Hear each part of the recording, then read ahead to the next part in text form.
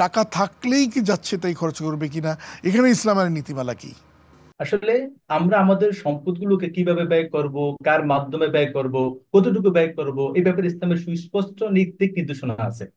আমরা যদি পবিত্র কোরআন দেখি, আল্লাহ রাব্বুল আলামিন বলছে পবিত্র কোরআন 4 নম্বর সূরা নিসার আয়াত নম্বর 5, যে আর যেই ধন সম্পদকে আল্লাহ তোমাদের জীবন উপকরণ বানিয়েছেন তা তোমরা নির্বোধদের হাতে ছেড়ে দিও না, বরং যারা নির্বোধ তোমরা সেখান থেকে তোমার ধন সম্পদ থেকে তোমাদের ভরণ পোষণের ব্যবস্থা করো এবং তাদের সাথে উত্তম কথা বলো। তার অর্থ হচ্ছে যে আমাদের মধ্যে যারা এখনো বিয়ের প্রাপ্ত বয়স্ক হয়নি, এরপর যদি আমরা আয়াত নাম্বার 6টা যদি দেখি, কোরআন এখানে বলছে যে আর তোমরা এতিমদের হাতে সম্পদ তুলে দিও না যতক্ষণ না তারা বিবাহের বয়স পর্যন্ত পৌঁছে যায় এবং তারা ভালো এবং মন্দের মধ্যে মানে একটা পার্থক্য করার মতো জ্ঞান তাদের মধ্যে না আসে। যোগ্যতা যখন তার মধ্যে আসবে তখন ওই সময় হয়তো আমি তাকে স্বাধীনভাবে অর্থ ব্যয় করার একটা একটু স্বাধীনতা দিতে ঘুরিয়ে পারি। বলি এবার, যে ধরা যাক গার্ডিয়ানেরই অনেক টাকা আছে, হাজবেন্ডের অনেক টাকা, এখন মা কি করে সন্তানদেরকে নিয়ে এমন ধরনের খরচ করে যা তার প্রয়োজন ছিল না, এ ব্যাপারে ইসলামের নির্দেশনা?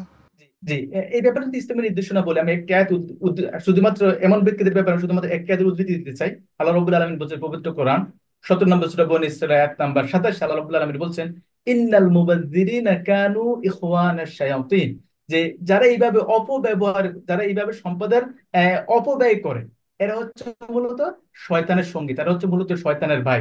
যেটা আল্লাহ রাব্বুল আলামিন উল্লেখ করেছে পবিত্র কোরআনের 4 নম্বর সূরা নিসার আয়াত নাম্বার 37 এবং আয়াত নাম্বার 38-এর মধ্যে, যে যে ব্যক্তির সঙ্গী হয় শয়তান সে আসলে কত নিকৃষ্ট সঙ্গী হয়।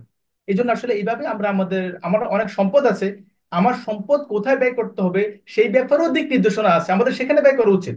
যেমন আল্লাহ রাব্বুল আলামিন উল্লেখ করেছেন পবিত্র কোরআন 2 নম্বর সূরা বাকারার আয়াত নম্বর 215, আল্লাহ সুবহানাহু ওয়া তাআলা বলছেন যে ইয়াসআলুনাকা মাযা ইউনফিকুন, হে রাসূল লোকেরা আপনাকে প্রশ্ন করে তারা কি ব্যয় করবে, কুল মা আনফাকতুম মিন খায়রিন ফালিল ওয়ালিদাইন, আপনি এদেরকে বলে দিন তোমরা তোমাদের ধন সম্পদ ব্যয় করো তোমাদের পিতামাতার জন্য, ওয়াল ইয়াতামা ওয়াল মাসাকিন, এতিমের জন্য মিসকিনের জন্য, এদের জন্য তোমরা সম্পদগুলোকে ব্যয় করো, যারা মুসাফির আছে এদের জন্য ব্যয় করো। তাহলে আপনার আগের কথাটির সঙ্গে আমি একটু ডিফার করি, একটা ভিন্ন মত আমি দেবার চেষ্টা করি, দেখি আপনি। সেটি হলো, এক জায়গায় তো এরকম বলা আছে যে তোমাদের পরিবারদের পেছনে খরচ করাটাও এক ধরনের দান বা ইবাদত বা ডোনেশন বা এক ধরনের সাদাকা, তো সেটার সঙ্গে কি সাংঘর্ষিক হয় না? জি, এটা একটা সুন্দর বিষয়। আসলে দেখেন, আপনার পরিবারের জন্য ব্যয় করা হচ্ছে সদাকা, এবং এটাই উত্তম যে আমি আমার পরিবারের জন্য স্ত্রী সন্তানের জন্য আমি এখানে ব্যয় করব। তবে ব্যয় করাটা হচ্ছে তাদের যে বেসিক নিড রয়েছে, এই নিডটাকে আমি তাদের ফুলফিল করব, যাতে তারা সমাজের অন্য অন্য কারো কাছে হাত পাততে না হয়, যাতে সে অন্য কারো মুখাপেক্ষি হতে না হয়। কিন্তু আমি তার জন্য এমন ব্যয় করতে পারি না যেটা আসলে ব্যয় হয় না, যেটা আসলে অপব্যয় হয়ে যায়। যেটা আসলে অপব্যয় হয়ে যায়, ইসলাম ব্যয় করতে নিষেধ করে না, প্রয়োজন অনুযায়ী তার পেছনে অবশ্যই ব্যয় করতে হবে, তবে এই ব্যয়টা যেন অপব্যয়ের পর্যায়ে যে চলে না আমরা উত্তর যায়। পেয়েছি, অসংখ্য ধন্যবাদ আপনাকে।